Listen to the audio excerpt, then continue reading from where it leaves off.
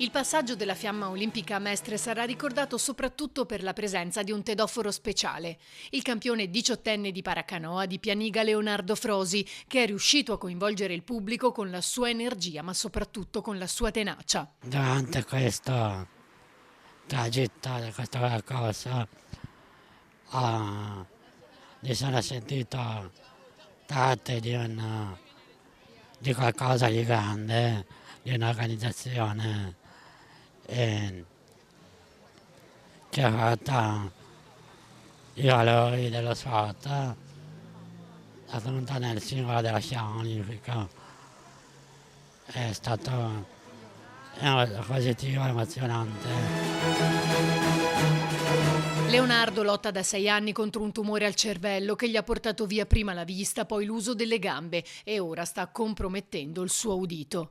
Eppure questo non gli ha impedito di dedicarsi allo sport, la canoa in particolare, vivendo ma soprattutto trasmettendone i valori e i principi e dando un grande insegnamento.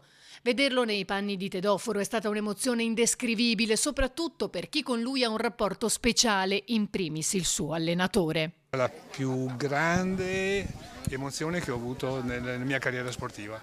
Come tecnico, come atleta prima, come tecnico ho premiato alle Paralimpiadi, sono all'interno del movimento paralimpico, ma portare un ragazzo, accompagnare un ragazzo, per me è stato un onore, sono fiero di fare questo con Leo perché è una cosa indicibile, è difficile da descrivere, c'è una grossa emozione, dunque è sicuramente un ricordo molto forte, lo porterò con me più di qualsiasi altro risultato sportivo. Per me è stata un'emozione enorme e avere la possibilità di dimostrare la forza di Leonardo sia in acqua come campione italiano che come tedoforo è stato veramente unico e che sia di grande valore per tutti gli atleti paralimpici italiani.